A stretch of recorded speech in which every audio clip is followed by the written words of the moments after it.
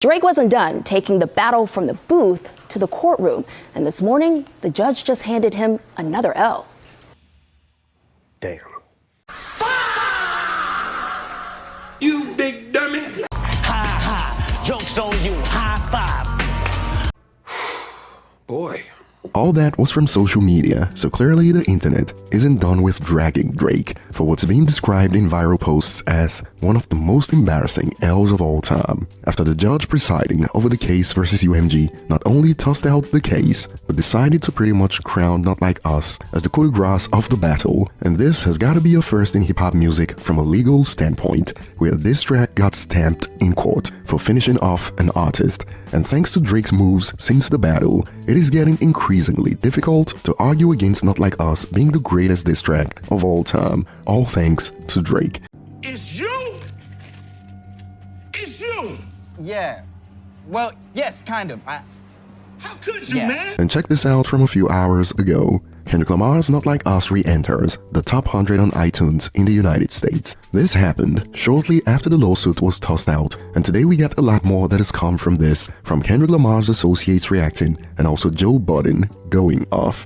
And before we dive into it, and the latter part of the video, we got some interesting updates and milestones linked to Eminem that just hit the web hours ago. And starting with Kendrick Lamar's associates dunking on Drake, they've been going off since the case got thrown out, dismissed, Crybaby. And G Malone has also been active on X, posting and also reposting tweets dunking on Drake.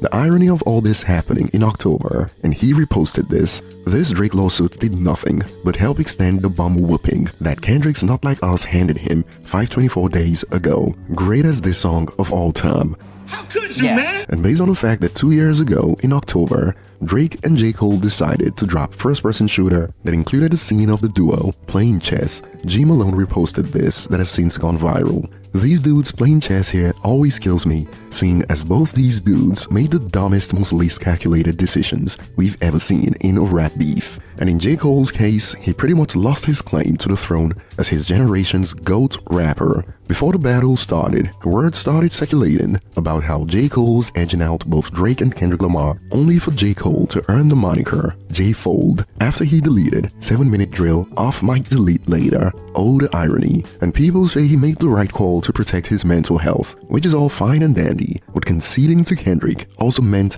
metaphorically giving away his birthright in terms of the hip-hop legacy of his generation. And Kendrick's associate DJ Head dropped a short essay on X. The Rock is by far the biggest in the game. Imagine finding out he doesn't write his own bars, no one cares. Then years later, John Cena washes him in the ring and on the mic. Imagine The Rock being so privileged in his spot that he decides to sue WWE for something Cena did. Imagine the narrative being he's doing it for every wrestler's rights and people supporting it. Then The Rock gets his case dismissed, and the same people who supported the idiocies initially are now enraged because they're just finding out that wrestling isn't real and The Rock is not like us. And to be honest, DJ Head got Drake fans calling for his head for this one. They've been on his neck in the quotes for this analogy. But if you put yourself in the shoes of a hardcore Drake stan, Drake getting this lawsuit tossed out gotta be excruciatingly painful, since winning this could have been some consolation after everything that went down in 2024. And thanks to Drake, we got folks out here giving Charlemagne a rare win from Shala the bleaching fraud. Check it out.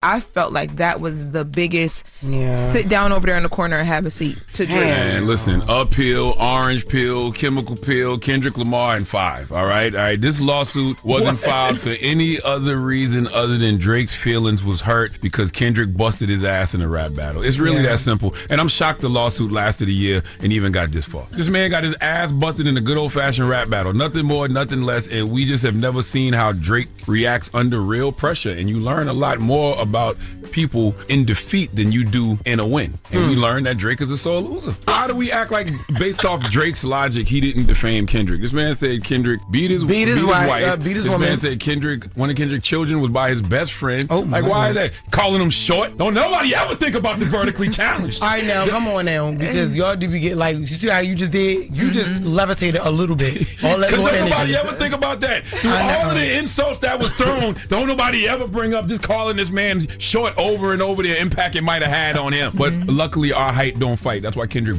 busted Drake's ass. We would have been stopped talking about this ass kicking Drake. You keep reminding us of this ass kicking. You keep reminding us that Kendrick busted your ass. How? He ain't even say nothing. By the lawsuit. See, I look at it a couple of ways. I'm talking about is the fact that Drake is biracial. So I'm looking at it from a black and white perspective, okay? His daddy's side engaged in a rap battle. His daddy said, go out there and fight. Go out there and fight. And then when Kendrick busted his ass, his mama's side said, oh, no, Aubrey, we going to the police. Okay? That's what happened. And while this was funny, it is quite ironic. The dude who gets accused of bleaching his skin to get lighter doesn't miss an opportunity to drag race into any conversation. And Joe Budden has been waiting for this moment ever since Drake dropped an essay about how he's a failed rapper. Nothing was the same, and Joe Budden didn't pull his punches. He went for the kill after the case was thrown out. Well, for the people that missed it, yesterday evening, somewhere around 6 or 7 o'clock, it was finally confirmed. The news broke that Drake's a bitch. I'm about to come in here and fucking word me to That was death. easy. Yeah. That's the point. Oh, he went to court, he lost. The same shit that I told y'all 11 months ago rang true yesterday around 6 o'clock. Courts were on the side of hip hop, man. Some tweet was going around that said Drake lost the nigga way and the white way. Drake calls you tonight, and he could. I'm not talking to him. Some niggas got bad juju on them. Don't put me in no conversation where I have to talk to people that I believe have bad juju. If his juju, his juju's bad. I'm not disagreeing with you. I guess mob ties. All you niggas that's out there, y'all killing people, y'all shooting kids, and then want to come to the party and dap me up. I don't need that exchange of energy. Aubrey, man, make some slaps, man. Yeah, that's it. Stop being a. Low carb, high protein. You got this. Go to the fucking embassy. Call up some women in their 30s, preferably. Light the hookah up, some white wine. I mean, we seen you bartend. Bartend. Do some make some drinks for the baddies. Nigga, chill, smoke some hookah. Just bask in your glory of what you've done already. Don't step on your own dope. Call steak. Ask for 79% of the company now. Yeah, I don't even think my beef wouldn't even be in music. I would be pressing everybody else. Yo, I need 98% of your whole company. I'm Drake. The whole shit. The plane ain't enough. The plane ain't enough no more. I don't need that plane. I would be running around sticking people up off the equity I built in music. And the last bit has got some users coming for Joe Budden's neck when he said Drake should get women, preferably in their 30s. I like the Joe jabs at Drake usually, but not when he starts doing the aging women thing. Joe Budden, you forgot you dated Sin around the time she was much younger than you, Yaris when she was younger, Caitlyn when she wasn't even 20. The stop be calling it out. And this user had time for Joe Budden. You might got a point. The co-host never called Joe out for his hypocrisy when it comes to the Drake and younger women narrative, as if Joe wasn't around the same age Drake is now when he was dating women around 23, 24, 25. And according to Google, Sin Santana is 32 while Joe Budden is 45. So this makes it interesting that he's so bold bringing up the age thing when it comes to Drake. Got him. We fucking got him. And before we head to the next point, we got to find out Kendrick Lamar's thoughts on the Joey Badass versus quote the West Coast thing that happened that was originally meant for Joey versus Kendrick if Kendrick took up the challenge. Check it out from Rayvon. One thing that was really interesting is that you said like throughout that era you were in communication with Kendrick. Yeah, I was in communication. The difference between me and Joey is like, he just dropped. I gotta like go through a whole line of like lineage of like people of like legends of like, oh, I don't think you should say that. Cause this brand, it's not just me. I'm going at Joey, Joey's going at me, but it's a brand. I say one wrong thing, you aim at this in my brand. So it's like, okay, I gotta stay away from topics that you could rebuttal back. And it has nothing to do with me, but it's the whole entity surrounding me. So it's like playing safe, you gotta play chess. So when I'm talking to Dot, it was just like, man, you just gotta, drop that shit though. He was like on some like, cook. Did he tell you like, maybe step back here, maybe don't put this in there? Before my last response, he was not, don't put nothing in there. I think more so, it was more so, like, it wasn't just Dot. It was like Soul, Top, okay, Dot, all on the phone. Like we had the conference call after I sent the music in. Oh, damn. So, and they're like, why you mentioning the Diddy angles? I'm like, bro, this is easy. This is the song. This is what it is. I don't mention this white for it. You know what I'm saying? It's like stuff like that where they trying to make it like a fair fight. The thing about me though is I don't know how to fight fair. If I don't slap box with niggas because if you hit me too hard. Did you ever be like, you know, when you're all on the phone and maybe someone suggests something, you're like, I don't always think so. like that. No. No. But like I said, it's like I'm talking to people who they've already been through this shit. You know what I'm saying? I'm talking to somebody who just showed us he's a gladiator like in this shit. So I was like, all right, let me just sit back and shut up, take their advice. Like, cause my last responses, I had like loaded up. Kendrick like it's cooked.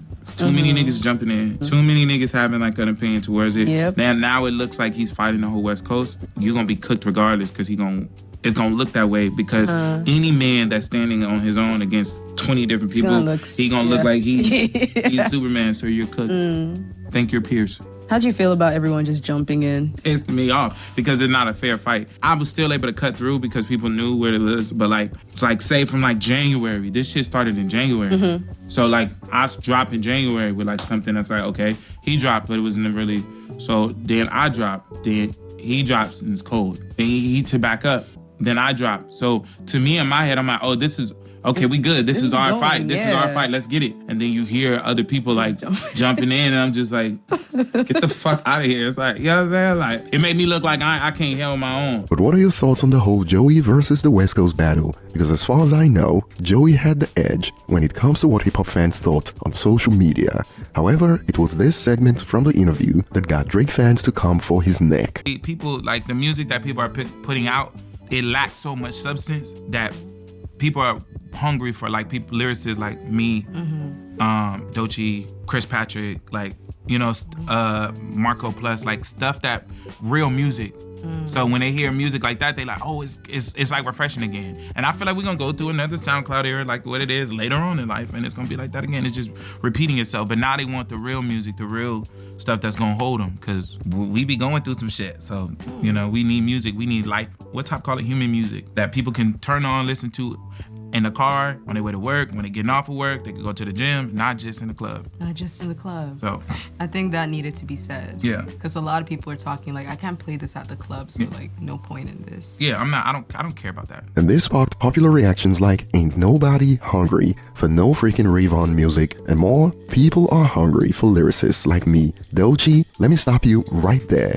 But what are your thoughts? Do you agree with Ravon? And moving on, before we end it, we got a couple of new milestones for Eminem. And starting with the latest from his last album, The Death of Slim Shady, Toby has now surpassed 100 million streams on YouTube Music. And for this milestone, it completes the platform double, over 100 million streams on Spotify and YouTube Music, 135 million streams on Spotify to be precise. And this is Babytron's first song, all credits, to cross the 100 million milestone on YouTube Music. And we got more, this time all the way from New Zealand, where Eminem's Love the Way You Lie featuring Rihanna is now certified 7 times platinum in the country, becoming Eminem's 16th certification earned in 2025 so far. And this year it is only second to Lose Yourself that was certified 8 times platinum in January. And we got more, this time all the way from Italy. Eminem is the only male artist in the top 5 best-selling solo artists of all time. It goes Madonna, Taylor Swift, Eminem, Celine Dion, Mariah Carey. And this time we should expect no confusion, no debates, no lies on Eminem being on top over Mariah based on stats from Billboard Italia for the active musicians right now. And that will be all for today, and I'll be looking forward to your thoughts in the comment section. Thanks for watching, and I will see you on the next one.